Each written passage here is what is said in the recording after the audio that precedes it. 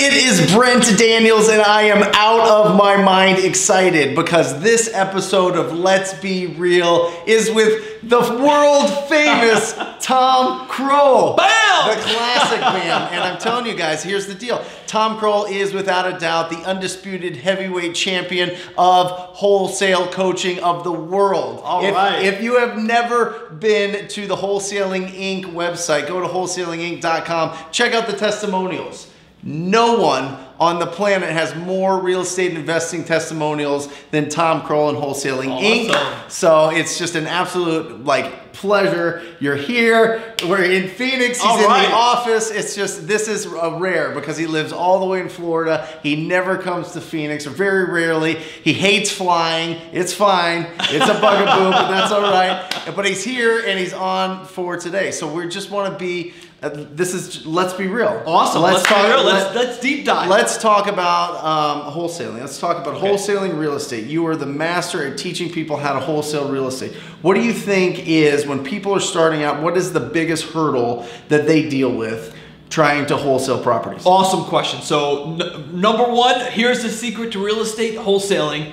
It's not about real estate. Okay. Right? So the number one mistake that new wholesalers make is that they make wholesaling real estate all about real estate, and it's not. It's all about building rapport. It's a numbers game. You want to get out there, you want to build rapport. Whenever someone is selling a home, whenever a homeowner is selling a home, they have three different things they can choose from: speed, price, and convenience. And we are looking for the people very similar to a pawn shop that are looking for speed and convenience in order to exchange price. And that is one of the biggest secrets, I think, to this wholesaling business. People will exchange speed and convenience for the price. They'll go with a lower price to make it as easy as possible. So I have a guitar, I need money, I go to the pawn shop, I know he's not going to pay retail for it, right? So a lot of people think that wholesalers are, they're trying to fight for a price, but the reality is, if you think about it as a pawn shop, the people coming in already know that they're trading price for speed and convenience. So so that if you can maintain that mentality, what happens is you become a deal finder instead of a deal creator. Right.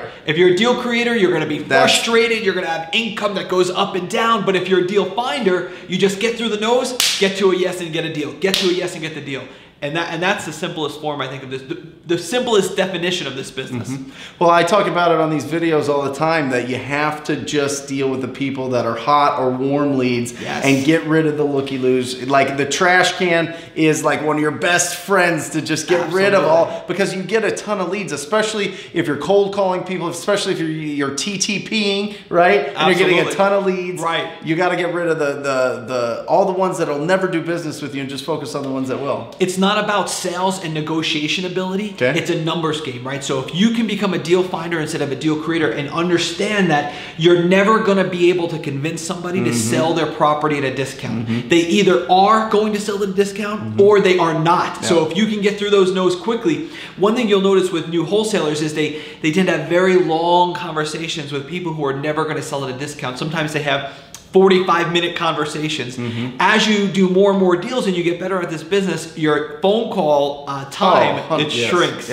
So with TTP is a great example. I'm sure that's awesome. Well, we teach, you pre-qualify based on the 4 pre-qualifiers: condition of the home, timeline to sell, motivation to sell, and the price. So in that, you ask the right questions, you let them talk, and if you're not prolonging the conversation and keeping it going by trying to sound smart or knowing about comps and how much it costs to repair a door or what a roof costs and all these other things that you want to throw at the sellers, I mean, it just doesn't matter. It really doesn't. You touched on something that's so important in this business, which makes Brent so successful, is the advice "act as if" is the worst advice ever. Do not act as if. If that's the only thing that you take from this video, don't ever act as if. Sellers, they want to be able to trust you, and you'll have confidence if you're a truth seeker and a truth teller. So if you want to have confidence to be able to do a deal, don't act and don't pretend to be something you're not, like an expert or a 20-year real estate investor. Instead, be honest about who you are, about the service that you provide, speed and convenience, and that you do that at the cost of price. And then when you are honest about who you are, your shoulders go back, you'll have a nice smile, they'll be able to trust you, and it'll just make the whole entire journey so much easier. So that's so key. I totally agree. That's it. So let's be real. Let's be real. So how nervous were you the first deal that you did? Oh man, I was so nervous. I was so nervous. My first deal was Dorothy Cannon on Bayshore Boulevard, and I was Todd Toback was my coach, and he was telling me what to do, and he was telling me to build cash buyers, even though I didn't have a deal, and I was broke, so I was nervous. I went to the house. It came from a direct mail piece. Went to the house, met Dorothy. When I got there, James was there, her real estate agent from church. No. Yeah, from her church. But I was so hungry and I wanted the deal so badly because I was so broke that I basically told her, I said, well, Dorothy, you know, this agent is going to put your house on the market and wait and then try to lower the price. I said, if you want in to do front a deal, of the agent, right in front of the James, I didn't care. You were talking to him. Yes, like I was saying he's right there. He was right there, and I said, you know, you do what you want to do, Dorothy, but I'll do the deal right now today. Yeah. And she asked the agent to leave, and I did the deal. I only made $2,000, which actually is not a profit because I messed up the mailing and I spent too much on marketing. I didn't know what I was doing. But, and as a matter of fact, when we got to the closing, I forgot, I didn't know how to do the assignment fee properly, so I had to follow the buyer home in my car and get to his house, and he had to pay me in cash, which I shouldn't say. I did claim it though. Yeah. But yeah, it was a disaster. But I think the point of that story is that don't be a perfectionist. Go out there, take one of the biggest secrets to having success in this business is wanting it really bad and be willing to look like an idiot in front of sellers and buyers because you don't know what you're doing, and just let all that pride go to the side. Once you start to take massive imperfect action, you have an attitude of progress, not perfection. Massive imperfect action, progress, not perfection, coupled with clear instruction, you can't go wrong. No. Yeah. And we talk about it. We talk about the 3 P's that can really slow down your business, which is perfectionism, which is what you're talking about. Right. I don't want to make that call until I know exactly how to respond. If they tell me this, or if they say this, or, you know, I want to make sure that it's the best list possible that I can call, because I don't want to call and get a lot of no's. I want to just, I want to shoot fish in a barrel, right? So perfectionism, paralysis by analysis, right? Oh, well, you know, how many do I really have to call to get a deal? Or can I do that? And am I getting the right numbers? And how long will it take me? And and how much will I make? Overvaluating a property. Overvaluating a property. Taking too long is what I mean by that. Taking too long to come up with the valuation. You got 3 minutes. I'm putting a timer on you guys. 3 minutes to come up with the value of a house. That's it. And then procrastination, that's the 3rd P, is just not doing it. It's just putting it off and putting it off. And, you know, you've got a job and you got a wife and kids and a dog and a goldfish and you've got, you know, bills to pay and you've got all these responsibilities. But you have this dream, you have that pilot light inside of you that says, I want to be an entrepreneur, I want to be a real estate investor, but I'm just going to push it off one more day because I got to make sure that, you know, I got to get some rest to deal with my life tomorrow. I got to, you know, I got to put something else in front of me. I got to make sure that I lose this 30 pounds before I do any business. Or if I waited for that, I still wouldn't be wholesaling. But you know, to take care of procrastination, it really comes down to you just don't want it bad enough, right? Or so you think you want it, but you really don't want it, or there's some doubt there. You doubt in your mentor, you doubt in yourself, or you doubt in wholesaling, right? Do people really sell their home for 30, 40, 50, and 60 cents on the dollar? So you have to look at that. But here's the thing about procrastination. And one thing that we used to tell students all the time is, if your child was kidnapped, and it's a silly elementary little analogy here, but it's true. If your child was kidnapped and the ransom was that you had to find a single seller in your community that was willing to sell at a discount, would you be able to do it if that was the ransom? And the answer is, you wouldn't care about being a perfectionist. You wouldn't care about having the right contract. You go there with a blank piece of paper and handwrite it. There would be nothing standing in your way. All of your priorities would go right in line and you would go and find that deal. So inject yourself with a little bit of anxiety to help you get over that hurdle if you're procrastinating. Yeah. And that anxiety helps. I mean, you can definitely get a lot of that anxiety if you're totally broke. Yes. If your parents were mean to you when you grew up and you had a chip on your shoulder. Right. If you didn't grow up in a wealthy family. If your girlfriend broke up with you or your boyfriend broke up with you. All these things that put chips on your shoulder, and you know mentally that you are a winner, that you can be a winner. You can be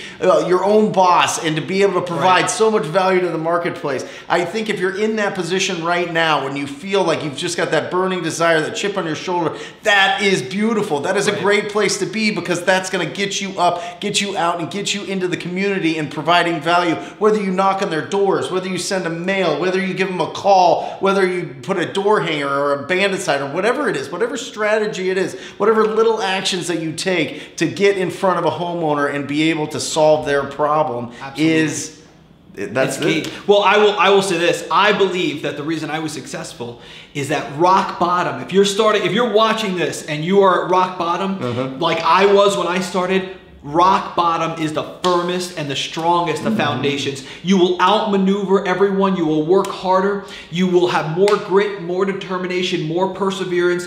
Those guys, if you think that there's competition, there's no competition. There's only collaboration. Yeah. You can outwork and outmove people. You're going to be faster. You're going to wake up earlier. You're going to skip meals. You're going to do what you have to do. So know that if you're starting at rock bottom, that's the strongest place to start. You can outperform everybody at that level. Love it. Yeah. Love it. And let's go for just the last question here, the last let's be real kind of segment here. Let's talk about the people that are already, maybe they've done 10 or 12 deals. Maybe they've done, maybe they're doing 2 a month. Maybe they're making anywhere from 5 to 20 to 30,000. How do they go from 30,000 or 10,000 to 80,000? Because we all have that 80,000 bullseye a month, because that puts us to $1 million, right? I love it. So, and then you start thinking, wait a second, 6 figures a month, $100,000 a month, $1.2 million a month. Love it. Like, how do you take your business that's doing 2 deals and be able to do more, or maybe 5 to 10 to 30,000 to do 100,000. Easy peasy lemon squeezy. Woo! Yeah. So here's the way you do it. It's really very simple. It's actually simpler than not simple. So here's what I mean by that. A lot of people, they use these really fancy words, these SAT words, like automation and scale and growth and processes and I don't know what any of that stuff means. ROI. Here's the key. It all comes down to one word, which is delegation. Delegation. That's it. All a business is it's a simple process that's repeatable, that produces a consistent result. Yep. If you can keep it, some people say keep it simple, stupid. It doesn't say keep it simple, stupid. It's keep it simple and stupid. This is why McDonald's is so powerful, because a 16-year-old can come in and run the entire organization by following a simple process that is delegated to them. So the best way to first start is know that as a visionary, as an entrepreneur, the first thing that people try to do to automate is they buy a CRM and they start fooling around with fields and they start creating fields. Here's a secret. If you guys want to find a really good person to run your Podio account, find a poor wholesaler, because they know everything about Podio. That's all they do. They don't talk to sellers. Right. They just deal with the all the technical parts of the business. Yeah. So the key is this. If you want to get to $50, $80, $120,000 a month, understand who you are in your belly, right? You are a visionary, you are an entrepreneur, you fly at 50,000 feet, you go fast, you have big ideas. You are not the person to actually automate. You create the system and then you delegate it to somebody else. That is it. Now, if the person who you're delegating to says, I'd really like or enjoy my job more if I had Podio or some system of call system or whatever, then allow that person, trust that person, don't give them tasks, trust them, give them the end goal, and trust them to automate that process, because they're a different person. They like things like routine. They like things that are orderly and organized, and they like details. That is not me. It's definitely not Brent. It's not you if you're watching this video. So I think the first way to do it is don't be the person who does it. Hire the people who do it. Number 2 is go big with marketing. Go big and hard with marketing. and stay in one channel, right? So whatever your channel is, dominate it and go big.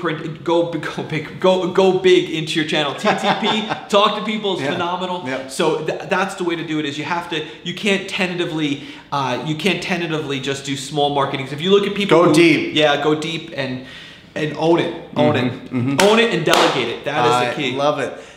This is the best Let's Be Real episode of all time. All right. It is. I mean, we've only had 3 of them. All right. It's the best. So I want to thank you. Absolutely, brother. Thank my you. mentor. Absolutely. I mean, just unbelievable. So guys, I encourage you always to go out every single day and get in front of a distressed homeowner. Every morning you wake up, you need to ask yourself this question: who is going to sign a contract today? Because that is how you provide the value. That's how you get people out and solve their problems that they have in the marketplace. So wake up with that thought every day. Every single day, try to get in front of as many homeowners as possible and always talk to people. Until next time, I love you. See ya.